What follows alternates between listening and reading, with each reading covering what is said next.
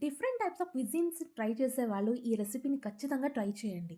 మనకి రోటీస్, చపాతీస్, పరోటాస్, నాన్ ఎంత ఫేమస్సో మంగళూరు వాళ్ళకి ఈ మంగళూరు బన్ అంతే ఫేమస్ అండ్ అది ఒక ఎమోషన్ కూడా. నేను రెసిపీని క్రాక్ చేశాను అండ్ మీ గురించి పక్కా కొలతలతో ఈరోజు మీకు చెప్పబోతున్నాను. ఖచ్చితంగా మీరు ట్రై చేయండి.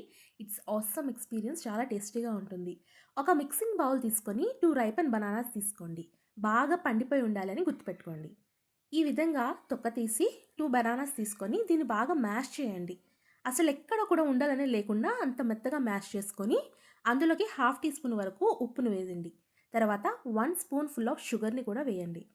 తర్వాత కొంచెం జీలకర్ర, కొంచెం baking soda and baking powder ఒక హాఫ్ టీ స్పూన్ వరకు వేసి 4 to 5 టేబుల్ స్పూన్స్ ఆఫ్ పెరుగైతే సరిపోతుంది. ఇది వేసి బాగా కలపండి అండ్ హ్యాండ్‌తోనే విస్క్ చేయండి. అసలెక్కడ కూడా లంప్స్ అనేది ఉండకూడదు. సోడా అండ్ పెరుగు కలిపి బాగా ఫర్మెంట్ అవుతుంది కాబట్టి ఈ విధంగా కొంచెం బబుల్స్‌లా వస్తుంది. తర్వాత ఇందులోకి 2-3 టేబుల్ స్పూన్ వరకు ఆయిల్‌ని కూడా యాడ్ చేయండి. ఆయిల్‌ని యాడ్ చేసి మళ్ళీ విస్క్ చేయండి. బ్యాటర్ అనేది బాగా లైట్‌గా అయిపోవాలి. అంతవరకు విస్క్ చేసి దీనికి 2 ½ కప్స్ వరకు మైదాని యాడ్ చేయండి. పర్టిక్యులర్‌గా మంగళూరు బన్‌కి మైదానే యాడ్ చేస్తారు కాబట్టి నేను మైదా యాడ్ చేసి ఇలా ఒక డౌని ప్రిపేర్ చేసుకున్నాను.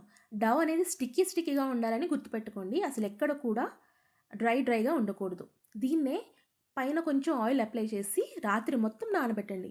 మినిమమ్ 8 అవర్స్ నానితే గానీ మనకి బన్స్ అనేవి సరిగ్గా రావు. నెక్స్ట్ డే మార్నింగ్‌కి మనకి ఈ విధంగా ఉండాలి బ్యాటర్.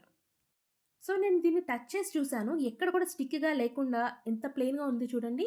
అంటే ఇది బాగా నానిందనమాట. జనరల్‌గా మనం చపాతీస్‌ని ఎలా స్ప్రెడ్ చేసుకుంటామో, అలాగే దీన్ని రోల్ చేయండి. అలా అని ఎక్కువ పలుచగా చేయొద్దు. ఈ విధంగా కొంచెం మందంగా ఉండాలి.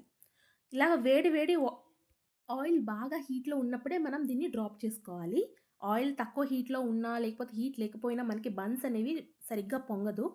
సో, బాగా హీట్ అయినప్పుడే మనం దీన్ని డ్రాప్ చేసుకొని, ఇలా కదుపుతూ ఉంటే కొంచెం కొంచెం ఆయిల్ పైన వేస్తూ ఉంటే బన్స్ అనేవి ఈ విధంగా పొంగుతాయి.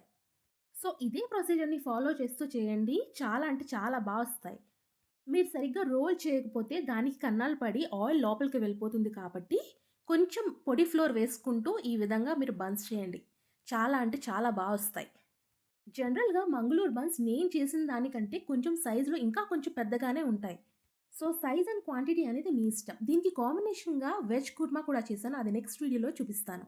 ఇప్పుడు ఈ బన్‌ని చూడండి. ఎక్కడ కూడా ఎక్కువ ఆయిల్ పీల్చుకోకుండా అసలు ఎంత క్రిస్పీగా బయట నుంచి క్రిస్పీగా లోపల చాలా మెత్తగా ఉంటుంది. నేను దీన్ని మీకు ఓపెన్ చేసి కూడా చూపిస్తాను.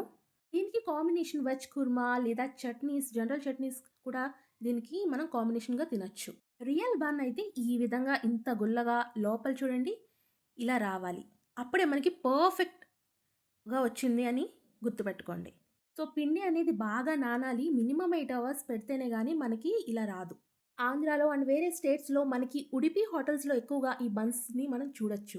సో, మీ ఫ్యామిలీ అండ్ ఫ్రెండ్స్‌కి కూడా షేర్ చేయండి. ఇలాంటి కొత్త క్విజైన్‌ని కూడా ట్రై చేయండి.